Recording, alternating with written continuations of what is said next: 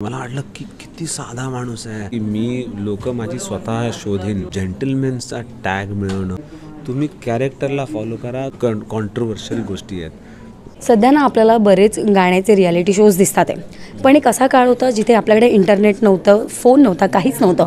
त्या काळात एका सिंगरने, एका आपल्या आवडत्या कलाकाराने गाणं गाजवलं होतं. ते गाणं म्हणजे मोहब्बतें लुटाऊंगा. आणि त्या गाण्याचे करते धरता म्हणजेच अभिजित सावंत आपल्यासोबत आहे. खूप खूप स्वागत आहे तुमचं. कसे आहात? मस्त, एकदम व्यवस्थित. क्या बात आहे. मोहब्बतें लुटाऊंगा, प्लीज गाण्याची सुरुवात होऊन जाऊ दे, आपल्या इंटरव्ह्यूची सुरुवात होऊन जाऊ दे. मोहब्बतें लुटाऊंगा मैं, छेड़ के मन का साज साज फिर गाऊंगा, मैं भूले से ना पाऊंगा. खरंच आहे, मैं भुली से ना पाऊंगा हे वाक्य अजूनही महाराष्ट्राच्या कानाकोपऱ्यात घुमत आहे, कारण हे गाणं अजूनही कोणी विसरलं नाही आहे. ते तुमचं पहिलं सॉंग आहे आणि आता ते अजरामर आहे. काय सांगाल बिग बॉसबद्दल? कसा होता तुमचा एकंदरीत प्रवास? कमालीचा प्रवास होता. मी बिलकुल एक्सपेक्ट नाही केलेलं की तो इतका चांगला प्रवास कंप्लीट करेन मी. अशा पद्धतीने तो त्याला जो कंप्लीट सर्कल आहे ते कंप्लीट करेन. मला वाटलेलं की होईल, वर खाली गोष्टी होतील, लोक काहीतरी मला बोलतील, मी त्यांना काहीतरी बोलेन, पण मला अशा पद्धतीने लोक प्रेम देतील. बिग बॉस शो हा खूप नावाजलेला आहे अशा गोष्टींसाठी, ज्या गोष्टी आपण म्हणतो की कॉन्ट्रोवर्शियल गोष्टी आहेत. त्या ठिकाणी जाऊन एक जेंटलमॅनचा टॅग मिळवणं ही खूप मोठी पोचपावती आहे मला असं वाटतं, आणि मी तो करू शकलो यशस्वीपणे. बऱ्याचदा असं होतं की वेगवेगळ्या वातावरणातून आलेल्या लोकांचा स्वभाव फार वेगळा असतो आणि त्यांच्यात आपल्याला स्वतःलाच रमवून घेणं ही एक खूप मोठा टास्क असतो. सो पहिला आठवडा आम्ही तुम्हाला पाहिलं की तुम्हाला तसं काही झालंच नाही. तुम्ही सहजपणे सगळ्यांशी रमवून घेतलं, सगळ्यांशी सहज मैत्री केली. सो तो कसा तुम्हाला जमलं ते? माझं सगळ्यात महत्त्वाचे घरामध्ये जाऊन हीच गोष्ट होती की मी लोक माझी स्वतः शोधीन. कोणत्याही ग्रुपला म्हणजे पूर्णतः एका साईडला मी नाही झुकणार. टीम बी त्यावेळेला जरी बोरिंग म्हटलं गेलं त्यांना, तरी त्यांच्यामध्ये एक साधेपणा होता सुरुवातीला. मी अगदी पहिलाच एपिसोड, आय थिंक पहिलाच आठवडा होता ज्यावेळेला मी सगळ्यांच्या पाट्या बघून सगळ्यांना एक टॅगलाईन दिलेली. मी म्हटलेलं की पॅडी दादाला मी साधा माणूस म्हटलेला. ती गोष्ट वेगळी आहे, गोष्टी नंतर बदलल्या. नाही, आता हे एक्सप्लेन केलंच पाहिजे. साधा माणूस म्हणजे पॅडी दादा नेमके कसे आहेत?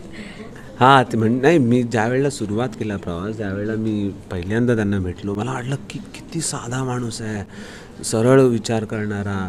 आणि म्हणजे कारण पहिलाच टास्क होता ज्या वेळेला ते नगाडा वाजवायचा होता आणि त्याच्यामध्ये ते सगळं भांडणं होत होती, राडे होत होते. त्याच्यामध्ये पाडीदादा म्हणतो की नाही रे, मला हे बघवत नाही, काय चाललं ना, का मी नाही घेऊ शकत ह्या गोष्टी. मला वाटलं की केवढा प्रेमळ माणूस आहे. मग नंतर ते त्याचं चित्र बदललं आणि त्यांचं जे काय पद्धत आहे त्या गोष्टी होत झाल्या. पण त्यावेळेला असं वाटलेलं की सगळ्यांना एक वेगळं स्थान आहे, वेगळी माणसं आहेत, वेगळ्या सोचप्रमाणे आलेले आहेत, आणि त्याच्यामध्ये मी कसा उभा राहीन हे विचार करणं खूप टास्क होता वेगळा. पण बऱ्याच असं म्हणतो की आपण ज्या टीममध्ये असतो कनिष्ठ राहिलं पाहिजे, पण बाहेर दिसताना बऱ्याच वेगळ्या गोष्टी दिसल्या. कारण तुम्ही जरी टीम बीमध्ये होतात, पण कुठे ना कुठे तुम्ही टीम निकीला एकंदरीत सपोर्ट करताना दिसलात. सो त्याच्याविषयी काय सांगाल तुम्ही? मला असं वाटतं जे सगळ्यात मोठं उदाहरण अरबाज आणि निकीचंच होतं. तर ज्या प्रकारे अरबाज निकीसाठी प्रोटेक्टिव्ह होता, एका पद्धतीने तेच टीम बीमध्ये पण पूर्ण टीम बी माझ्यासाठी होती की बाबा तू इकडेच राहायला पाहिजे, तू आमच्याशीच बोललं पाहिजे, तुम्ही तेवढा विश्वास तयार केला पाहिजे एखाद्या माणसाने. आणि मी तो विश्वास त्यांच्यावर टाकलेला, निष्ठ राहण्याचे नेहमीच प्रयत्न केले. पण त्यांचे एक्सपेक्टेशन माझ्याकडून, एकनिष्ठची जी व्याख्या आहे, डेफिनेशन जी आहे ती त्यांची वेगळी होती, आणि माझी डेफिनेशन एकनिष्ठ राहण्याची ही वेगळी होती. बऱ्याचदा निकी तुमच्यामध्ये कम्फर्ट झोन पाहत होते. जेव्हा अरबाज घराबाहेर गेला आणि तो पुन्हा घरात येणार होता, पुरुषोत्तम दादाने सांगितलेलं की अरबाज असा बोला निकीबद्दल, पण मग ती तुम्हाला बाजूला घेऊन सांगत होती की अरबाज येतो आहे, आता मला भीती वाटते, मी काय करू? तेव्हा तुम्ही तिला सांगितलेलं की स्टेबल राहा वगैरे. सो ती कुठेतरी तुम्हाला कम्फर्ट झोन म्हणून पाहत होती. सो याच्याविषयी काय सांगाल? तिचं बिकॉज तिची जी एक लाईफस्टाईल होती, तिने जे आत्तापर्यंत आयुष्य तिचं बिग बॉस हिंदी करून आलेली होती, मी इंडियन आयडल करून आलेलो होतो, त्यामुळे आम्ही दोघं ना खूप एकमेकांना रिलेट करू शकत होतो. सेम विचारसरणी सेम विचारसरणी होती आणि म्हणून आम्ही ठरवलं पण होतं की आपण सेम विचारसरणी जरी असली तरी गेममध्ये आपण विरुद्धच राहायचं, कारण तिच्या चुका खूप होत्या, उद्धटपणा एक होता, पण त्याबरोबर तिचा जो नेचर होता तो कधीही सरळ किंवा चुकीचा नव्हता असं विचार नाही करायची. ती पहिलं बोलायची मग ती विचार करायची. आधी विचार नाही करायची. मी असा होतो की मी आधी विचार करायचो मग बोलायचो. आता हा असा होता की तो काय विचार करायचा आणि काय बोलायचा कधीच नाही समजत नाही. त्यामुळे तिघंही वेगळे वेगळे डोक्याची माणसं होती आणि त्या घरामध्ये जी ॲडवाइसेस मिळतात ते आपल्याला तुम्हाला नॉर्मली अशा भेटत असतात, पण तिथे तुम्हाला त्याची किंमत कळते, त्या घरामध्ये किंमत कळते. त्यामुळे ते जास्त इम्पॉर्टंट गोष्टी मला वाटल्या तिथे. टॉप 2पर्यंत आलात आणि बिग बॉसची ट्रॉफी मिळवता आली नाही, पण तुम्हाला प्रेक्षकांचं भरभरून प्रेम तर मिळालं. पण याआधी जे बिग बॉसचे विनर होते, जे जिंकलेले, त्यांनी सुद्धा तुम्हाला खूप भरभरून सपोर्ट केला. मी 2 दिवसात पाहतोय. सो त्याच्याविषयी काय सांगाल? तुम्ही त्यांच्याशी बातचीत साधली का काल आल्यापासून, किंवा काही त्यांच्याशी बोलणं झालं का तुमचं? मी अजूनपर्यंत तरी त्यांच्याशी काय बोलू शकलो नाही आहे. मला अजून वेळ नाही मिळाला. मी थोडा वेळ घेईन स्वतःसाठी आधी आणि नंतर मग मी सगळ्यांशी बोलायला चालू करेन. पण थोडक्यासाठी कुठेतरी संधी हुकली. सो याचं काय म्हणजे तुमची भावना होती तिथपर्यंत जाऊन? मी ट्रॉफी उचलण्यामध्ये एक्सपर्ट आहे.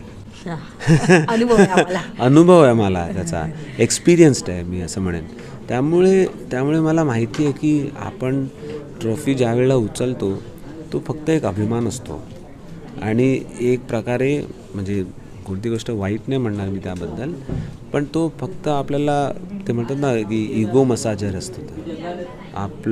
तुम्ही जे काम करता त्याची एक पोचपावती असते, पण जर तुम्ही चांगलं काम केलं नसेल आणि जर तुला ट्रॉफी मिळाली तर त्या ट्रॉफीचा पण काय फायदा नसतो. आणि तुम्ही खूप चांगलं काम केलं आहे आणि जर तुम्हाला ट्रॉफी नाही जरी मिळाले तरी त्या कामाची फरक राहते लोकांमध्ये. जो एक काळ होता जेव्हा तुम्ही इंडियन आयडलचे विनर होतात आणि आता बिग बॉसमध्ये, मधल्या काळात अभिजित सावंत नाव कुठेतरी आम्हाला दिसत नव्हतं, तर नेमकं तेव्हा तुम्ही कुठे होतात? मी ॲक्च्युली त्या वेळात पण खूपशा गोष्टी केल्या, पण काही चालल्या नाही.